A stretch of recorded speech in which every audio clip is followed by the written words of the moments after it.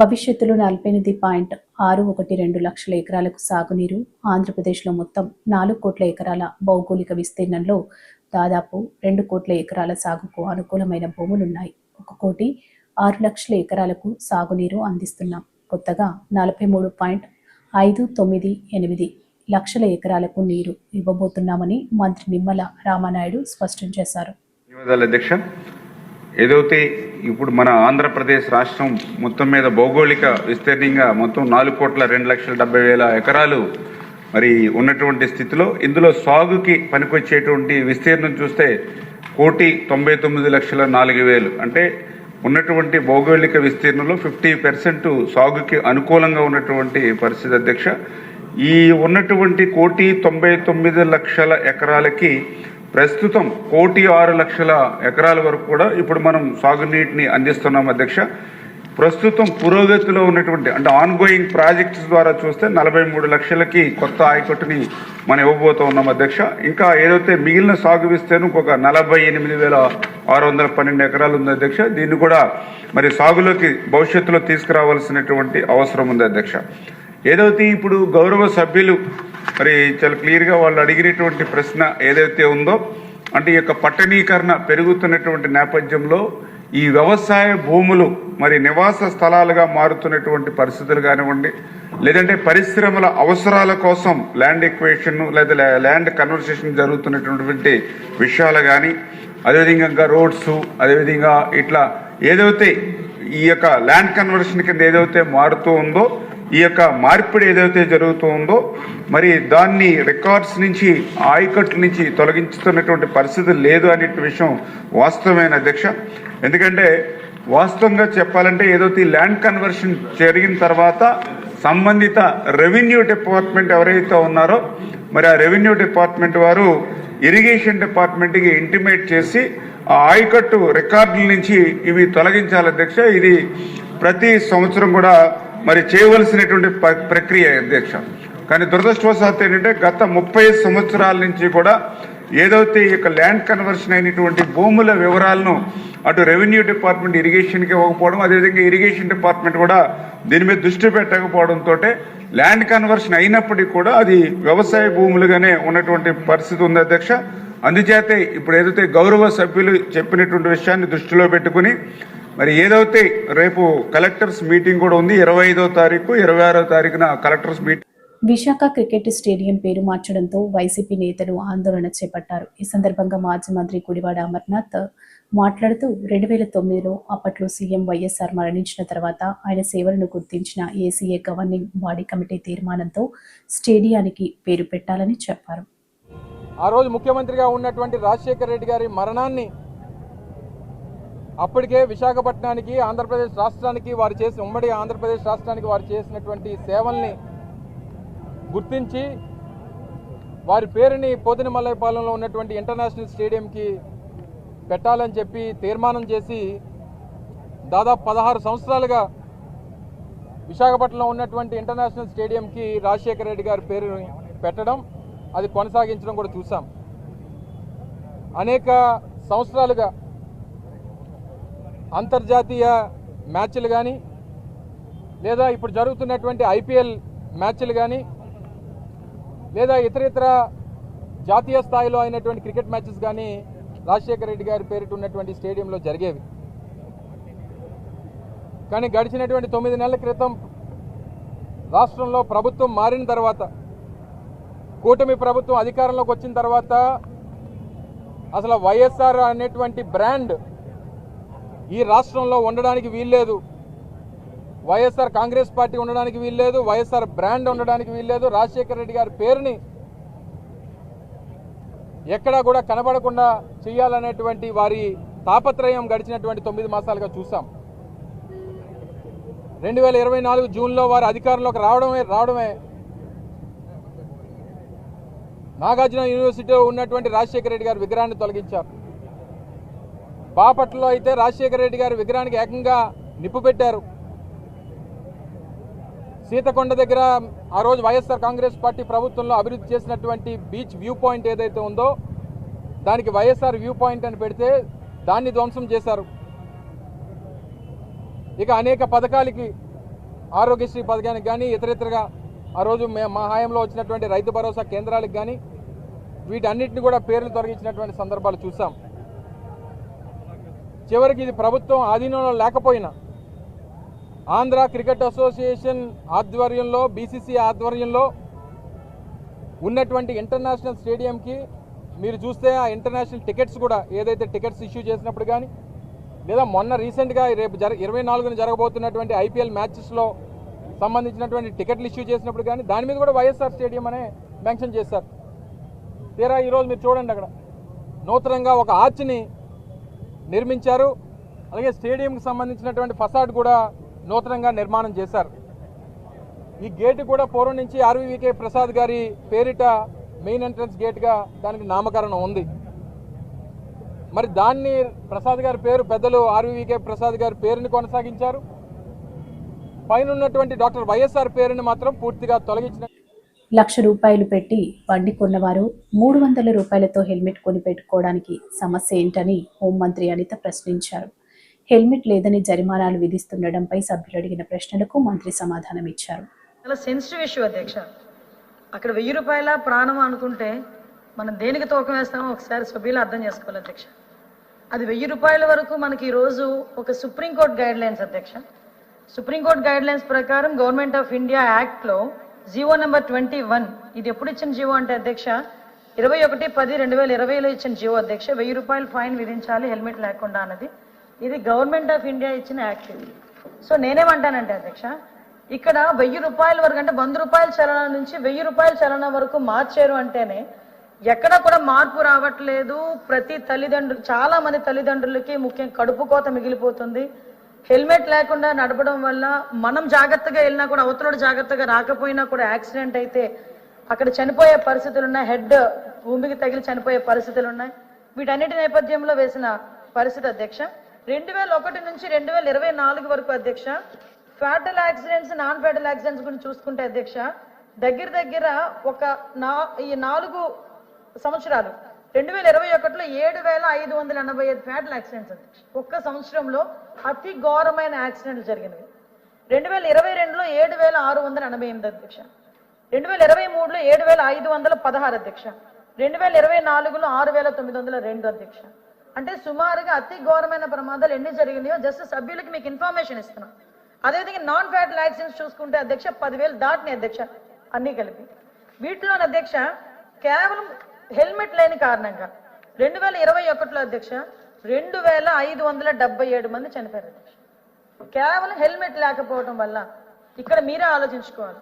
ఈ ₹1000 ఫైన్ అన్నది రాష్ట్రంలో అన్ని చోట్ల కూడా మొదలు పెట్టలేదు. To be implemented. ఇంకా ఇంప్లిమెంట్ చేయడానికి మేము ఒక ఎక్సర్సైజ్ చేస్తున్నాం. కానీ కొన్ని చోట్ల పైలట్ ప్రాజెక్ట్ కింద కొంత మూవ్మెంట్ అనేది జరిగింది. మీరు అక్కడ ఉన్న జరిగిన సిచ్యువేషన్ మీరు చెప్తున్నారు, కానీ స్టేట్ మొత్తంలో ఎక్కడ ₹1000 ఛానల్ అన్నది ఇంకా లేదు. To be implemented. కానీ దీని మీద కూడా అవేర్నెస్ క్రియేట్ చేసిన తర్వాతనే పెట్టాలని గౌరవ ముఖ్యమంత్రి గారి ఆదేశాల మేరకు ఇంకా అవేర్నెస్ ప్రోగ్రామ్స్ మేము కండక్ట్ చేస్తున్నాం. మీరే ఆలోచించండి. 2022లో 3,042 మంది చనిపోయారు అధ్యక్ష కేవలం హెల్మెట్ లేని కారణంగా. 2023లో 3,108 మంది చనిపోయారు.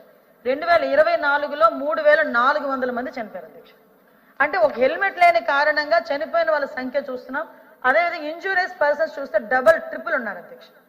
ఒక్కసారి మనం వైఎస్ఆర్సీపీ సభ్యులపై AP assembly speaker Ayyanna Patrudu ఆగ్రహం వ్యక్తం చేశారు. వారి సభకు దొంగల్లా వచ్చి సంతకాలు చేసి వెళ్లిపోతున్నారని మండిపడ్డారు. ఇది సరైన పద్ధతి కాదన్నారు. ప్రజాప్రతినిధులుగా ఎన్నికైన సభ్యులు గౌరవంగా సభకు రావాలని, సమస్యలపై మాట్లాడాలని సభాపతి వారికి సూచించారు.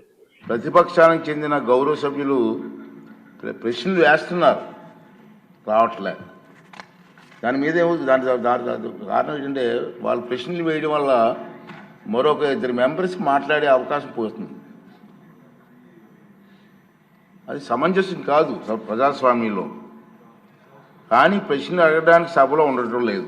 మీరు చూస్తూనే ఉన్నారు, ప్రశ్నలు వస్తున్నాయి, వాళ్ళు సభలోకి రావట్లేదు. ఈ కారణంగా సభలో ఎవరో ఒకరి ద్వారా మరో 2 ప్రశ్నలు అడిగే అవకాశం కోల్పోతున్నారు. ఇది చాలా దురదృష్టకరం. సభకు ఎన్నికైన గౌరవ సభ్యులు సగర్వంగా సభకు రావాలి. ప్రజలు ఎన్నుకున్నారు మిమ్మల్ని సభలోకి వెళ్ళి మా సమస్య మాట్లాడమని. సభకు రావాలి. ఎవరికీ కనిపించకుండా వచ్చి సభ్యులు హాజరు పట్టికలో సంతకాలు చేసి వెళ్ళిపోతున్నారండి దొంగలలాగా వచ్చి. మీరు గౌరవ సభ్యులే, ప్రజలు ఎన్నుకున్నారు, మీరు ఎమ్మెల్యేస్. దొంగలలాగా వచ్చి సంతకాలు పెట్టవలసిన అవసరం ఇచ్చింది కర్మ. ఒకసారి ఎమ్మెల్యేగా గౌరవప్రదమైన దీంట్లో ఉండి హాజరు పట్టికలో సంతకం చేసి సభకు ఆ మొహం చాటేయడం వారికి గౌరవాన్ని తగ్గించిందే తప్ప పెంచదని చెప్పి నా తాలూకు అభిప్రాయం. వీరిలో ముఖ్యంగా నా దృష్టికి వచ్చింది వై బాలనాగిరెడ్డి గారు, తాటిపర్తి చంద్రశేఖర్ గారు, రేగం లింగం గారు, మత్స్యలింగం గారు, విరూపాక్ష గారు, మత్స్యరాస విశ్వేశ్వరరాజు గారు, ఆగిపాటి అమర్నాథ్ రెడ్డి గారు, దాసరి సుధ గారు. మనం చూసాం. మనం గవర్నర్ ప్రసంగం ముగిసిన తర్వాత అంటే ఫిబ్రవరి 24వ తేదీ తర్వాత వేరు తేదీల్లో ఫిట్నెస్ రిజిస్టర్లో సంతకాలు పెట్టేట్టు నా దృష్టికి వచ్చింది. అంత దొంగచాటును వచ్చి ఒక దొంగల మాదిరిగా సంతకాలు పెట్టవలసిన అవసరం లేదు. కానీ వారు ఎవరు కూడా నాకు సభలో కనిపించలేదు. సంతకాలు ఉన్నాయి కానీ సభలో కనిపించారండి మీకు ఎవరికన్నా? నాకైతే కనిపించలేదు. ఇది ఎంతవరకు సమంజసం వారే నిర్ణయించుకోవాలి. మనల్ని ఎన్నుకున్న ప్రజలు మనం ఆదర్శంగా నిలవాలి తప్ప ప్రజలకి, మీకు ఓట్లు వేసిన ప్రజలకి తలవంపులు తెచ్చేలే ప్రవర్తించకూడదని చెప్పి నా అభిప్రాయం. ఈ సభ ముందు పెట్టాలని చెప్పి నేను ఈ 2 విషయాలు మీకు తెలియజేస్తానండి. జగన్ అనాలోచిత విధానాలతో నిర్వీర్యమైన విద్యారంగానికి జవసత్వాలు అద్దుతున్న కూటమి ప్రభుత్వమని విజయనగరం పార్లమెంట్ అధ్యక్షులు కిమిడి నాగార్జున అన్నారు. ఈ మేరకు ఆయన ఈరోజు టీడీపీ కార్యాలయంలో మాట్లాడారు. సత్యనారాయణ గారు ఈ రోజున శాసన మండలిలో ప్రతిపక్ష నేతగా ఉన్నారు. మరి వారు మాట్లాడుతూ ఉన్న మాటలు చూస్తూ ఉంటే చాలా ఆశ్చర్యకరంగా ఉంది. బొత్స సత్యనారాయణ గారు, మీరు విద్యాశాఖ మంత్రి కింద ఈ రాష్ట్రానికి కానీ, మీరు ప్రాతినిధ్యం వహిస్తూ ఉన్న చీపురుపల్లి నియోజకవర్గానికి కానీ, లేదా విజయనగరం జిల్లాకు కానీ చేసిందంటూ ఏమైనా ఉందా? మీ హయాంలో విద్యారంగం ఏమైంది? ప్రభుత్వ బడుల్లో 2019లో 39 లక్షల మంది విద్యార్థులుంటే 2024 వచ్చేసరికి ఆ సంఖ్య 34 లక్షలకు తగ్గిపోయిందనడం వాస్తవం కాదా? అంటే ఈ 5 లక్షల విద్యార్థులు కూడా వాళ్ళ తల్లిదండ్రులు ఎవరైతే ఉన్నారో వారికి ప్రభుత్వ బడుల పట్ల నమ్మకం లేక ప్రైవేట్ బడులకు తీసుకెళ్ళిపోయారు అన్నమాట వాస్తవం కాదా? మీ హయాంలో టీచర్ల బదిలీల్లో అక్రమాలు జరిగాయన్నది నిజం కాదా? 1100 మంది టీచర్లను అక్రమంగా బదిలీ చేయాల్సిన అవసరం ఏమొచ్చింది? ఆ రోజున న్యూస్ పేపర్స్ కానివ్వండి, ఉపాధ్యాయ సంఘాలు కానివ్వండి, వీళ్ళందరూ కూడా చెప్పిన అంశం ఏంటి అంటే సుమారు 3 లక్షల నుంచి 8 లక్షల వరకు ఒక్కొక్క బదిలీకి అయ్యింది. కింద స్థాయిలో 1,00,000 2 లక్షలు ఇస్తే పై స్థాయిలో 5-6 లక్షలు ఇచ్చామంటే ఆ బదిలీ అయిన పరిస్థితి ఉంది అని చెప్పి టీచరు ఉపాధ్యాయ సంఘాలే చెప్పారు. అలాగే ప్రతిపక్షంలో ఉన్నప్పుడు మేము ప్రశ్నిస్తూనే ఉన్నాం. విద్యార్థులకి ఇచ్చిన కిట్లు టోటల్గా నాసి రకమైనవి మీరు ఇచ్చారు, వాటిలో నాణ్యత లోపించింది, వీటి వల్ల వారికి ఇచ్చిన స్కూల్ యూనిఫామ్స్ కానివ్వండి, బ్యాగ్స్ కానివ్వండి వెనువెంటనే చిరిగిపోతూ ఉన్నాయి. ఈ కిట్లో ఒక్కొక్కరికి కూడా 2,100 రూపాయలు మీరు ఏదైతే తీసుకున్నారో ఖచ్చితంగా ఇందులో అవినీతి జరిగింది అని చెప్పాం. దాని మీద కూడా మీరు ఏ రోజు మాట్లాడలేదు. అదే రకంగా 2 సంవత్సరాల్లో కూడా సుమారు 7.5 లక్షల కిట్లు అదనంగా మీ ప్రభుత్వం కొన్నది అన్నది వాస్తవం కాదా? తెలుగుదేశం పార్టీ తరపు నుంచి కానివ్వండి, జనసేన తరపు నుంచి కానివ్వండి, ఇదే అంశం మీద మేము మిమ్మల్ని ప్రశ్నిస్తే మీరు కనీసం సమాధానం కూడా చెప్పలేకపోయారు. ఇప్పుడు మళ్ళీ అడుగుతూ ఉన్నాం, 7.5 లక్షల కిట్లు ఏవైతే ఉన్నాయో అవి ఎక్కడుంచారు? ఏమైనా గొడౌన్లలో పెట్టారా? లేదంటే మ్యానుఫ్యాక్చరర్ ఎవరైతే ఉన్నారో వాళ్ళ దగ్గరే ఉంచేశారా? దీనికి సంబంధించిన 150, 160 కోట్లు కూడా ఎవరి జోబుల్లోకి వెళ్ళాయో బొత్స సత్యనారాయణ గారిని చెప్పాల్సిందిగా మేము ఈ సందర్భంగా కోరుతా ఉన్నాం. అదే రకంగా చీపురుపల్లిలో బాయ్స్ హై స్కూల్ ఏదైతే ఉందో గత 5 సంవత్సరాల్లో ఒక బాత్రూమ్ కూడా అక్కడ కట్టించలేకపోయారు.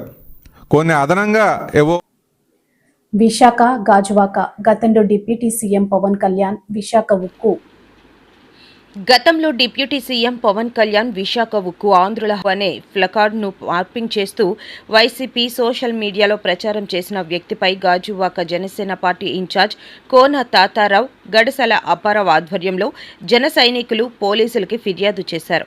విశాఖ ఉక్కు ఆంధ్రుల హక్కు అనే ప్లకార్డును మార్పింగ్ చేస్తూ విశాఖ ఉక్కు అమ్మడమే మా హక్కు అనే ప్లకార్డును డిప్యూటీ సీఎం పవన్ కళ్యాణ్ పట్టుకున్నట్లు ఎక్స్ వేదికగా వైసీపీ సోషల్ మీడియాలో వైసీపీ శ్రేణులు ప్రచారం చేయడంపై జన సైనికులు భగ్గుమన్నారు.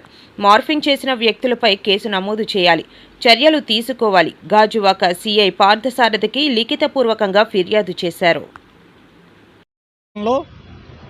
జగన్మోహన్ రెడ్డి గారు ఆయనతో పాటు ఉన్నటువంటి కేడర్ కానీ లేదంటే సోషల్ మీడియాని కానీ మొత్తం అందరికీ క్రిమినల్ ఐడియాలజీ నేర్పారు. ఆ క్రిమినల్ ఐడియాలజీ ఇప్పుడు కూడా ఇంప్లిమెంట్ చేయాలని వాళ్ళ ఆలోచన. దాంట్లో భాగం పవన్ కళ్యాణ్ గారు విశాఖపట్నం స్టీల్ ప్లాంట్ ప్రైవేటీకరణ జరగకుండా ఉండాలని, అది ప్రైవేటీకరణకి అనౌన్స్ చేసినప్పటి నుంచి పోరాడుతూ ఉన్నారు. దాంట్లో భాగంగా విశాఖ ఉక్కు ఆంధ్రుల హక్కు అని ఆయన నిరసనకు నిబద్ధతగా ఆ ప్లే కార్డు పట్టుకున్నారు. దాన్ని వైసీపీ సోషల్ మీడియా వాళ్ళందరూ కలిసి నిన్న ఫోటోను మార్పింగ్ చేసి విశాఖ ఉక్కు అమ్మడానికి మాకు హక్కు అన్నట్లుగా విశాఖ ఉక్కు అమ్మడమే మా హక్కు అన్నటువంటిది ఫోటో మార్పింగ్ చేసి పెట్టారు. అంటే అతను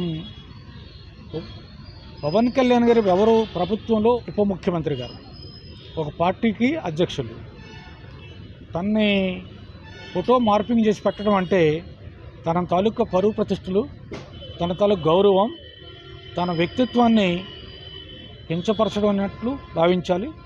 లేదా దాన్ని వారిని పూర్తిగా హననం చేసినట్లు. మీకు అది తెలుసు, దురుద్దేశపూర్తిగా కావాలని ఆయన అగారూపాలు చేయాలని, ప్రజల్లో అప్రదిష్టపాలు చేయాలని అట్లా మార్పింగ్ చేశారు. ఈ మార్పింగ్ చేయడాన్ని తప్పుపడుతున్నాం. పవన్ కళ్యాణ్ గారు మొదటి నుంచి విశాఖ ఉక్కు ప్రభుత్వ రంగంలో ఉండాలనేటువంటిది ఆయన ఆలోచన. అందుకనే జనవరి 27, 2021లో కేంద్ర ప్రభుత్వం ఉక్కు పరిశ్రమ విశాఖ ఫిబ్రవరి నెలలో క్రైమ్ రికవరీ మేళా నగర పోలీస్ కమిషనర్ శంఖబ్రత బాంగ్చి కామెంట్స్. ఫిబ్రవరి నెలలో క్రైమ్ రికవరీ మేళా నగర police commissioner Shankhabhadra Bagchi comments. 109 కేసులకు గాను 73 కేసులను సేరించిన విశాఖ క్రైమ్ పోలీసులు. 73 కేసుల్లో 93.21 లక్షల సొత్తు స్వాధీనం. రికవరీ చేసిన సొత్తులో 660 గ్రాముల బంగారం, 60 లక్షలు విలువ చేసే 400 మొబైల్ ఫోన్స్ స్వాధీనం. 103 మంది నేరగాళ్లు అరెస్ట్. అద్భుతంగా పనిచేసిన క్రైమ్ పోలీసులను అభినందించిన సిపి శంఖభద్ర బాగ్చి.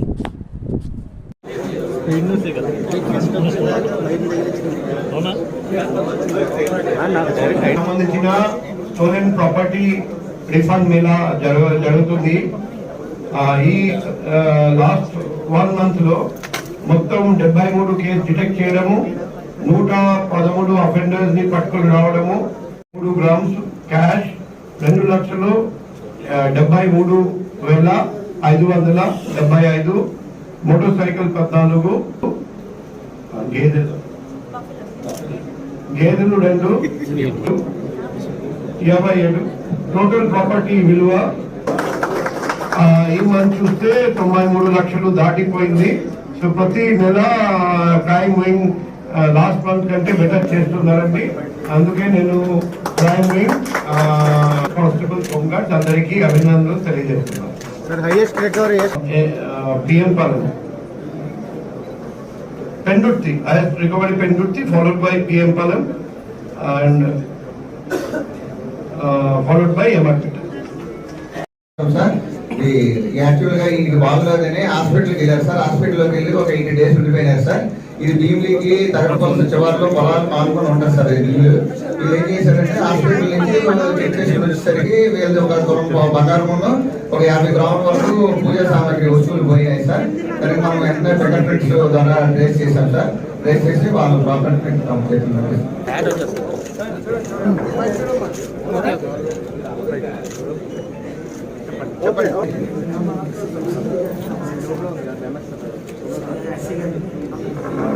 మహారాణపేట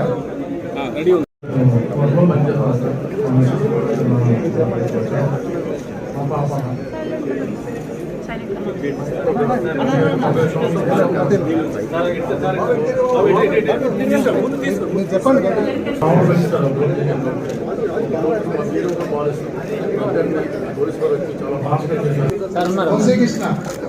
ముందుగా